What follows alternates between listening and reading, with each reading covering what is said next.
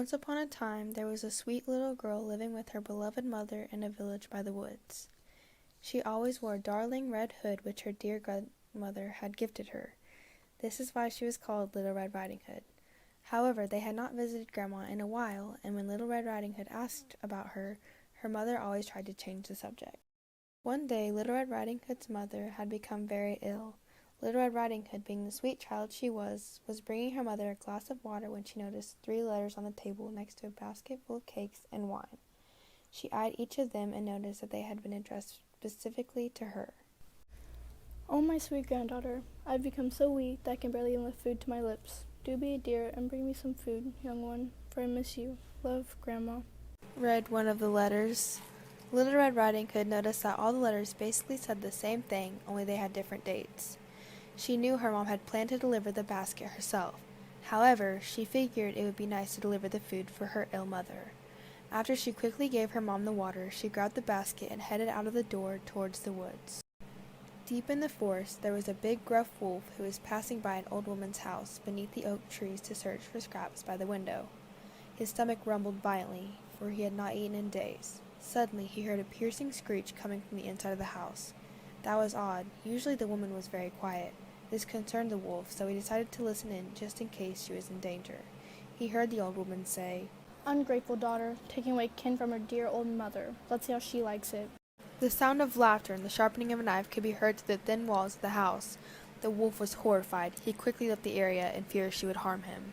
When the wolf was far enough away from the old woman's house, he noticed a little girl in a red hood carrying a basket covered with a cloth. Sweet aroma filled his nostrils, making his head perk up. His stomach rumbled as he remembered he hadn't eaten yet.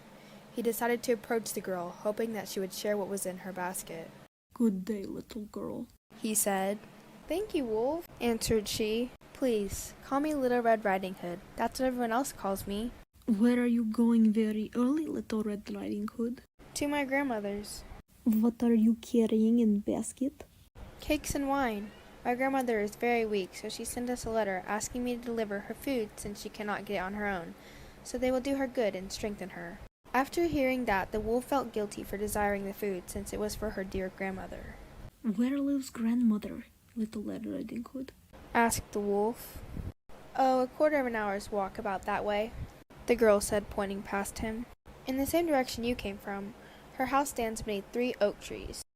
The wolf's heart stopped. It ached him to know that she was happily strolling to her own death. He needed to save her. My, pretty flowers there, the wolf said as he pointed to the field beside them. Grandmother loves flowers, yes? Oh yes, she loves them, replied she. Then pick 3 most beautiful flowers for dear grandmother, but only 3. 4 is too much, the wolf replied, hoping that the naive child won't question why he said only 3. Okay, thank you very much for the idea. The girl beamed as she waved him by and went off into the field. The wolf waited until the girl turned around and then quickly ran back to the grandmother's house. When he got to the old woman's house, he knocked on the door. Babu, grandmother, I have food, the wolf called out, trying to impersonate Little Red Riding Hood. He was hoping to try to talk the grandmother out of her sin once she came to the door. 1 minute, dear, replied a seemingly sweet voice. As soon as the door opened, the old woman froze when she saw the huge wolf in front of her.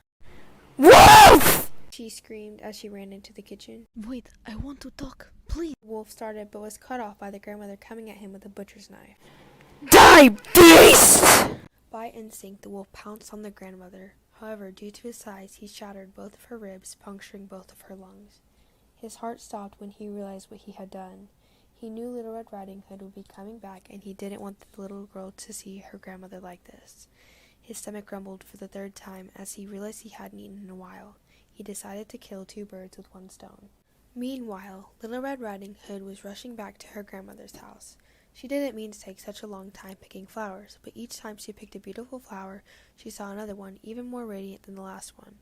When she finally got to her grandmother's door, she noticed that it had been wide open. Grandmother, are you home? Asked Little Red Riding Hood. Yes, come in, exclaimed a voice from inside the house. The little girl entered. Which room are you in? Asked Little Red Riding Hood. In my bedroom, my dear, the voice replied. Once the girl entered the bedroom, she noticed that her grandmother looked quite off. In fact, there were many things wrong about it. Oh, grandmother, what large ears you have. Better to hear with. Grandmother, what great eyes you have. Better to see with. Oh, Grandmother, what large hands you have. Better to take hold of you with. Grandmother, what a terrible large mouth you have. Better to eat cakes and wine with, silly girl. Oh yes, I brought these for you, Grandmother, announced the girl as she handed the basket to her grandmother. Oh, thank you, my dear. I've been waiting for food all day. For the rest of the day, they ate together, played together, and talked for hours. The entire time, the girl did not suspect anything, for she was just having a wonderful time. You should go home now. It is getting dark, dearie. The grandmother told the girl. Oh, okay.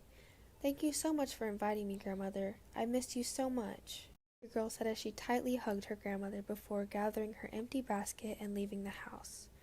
The wolf smiled and knew that he might be staying here a bit longer.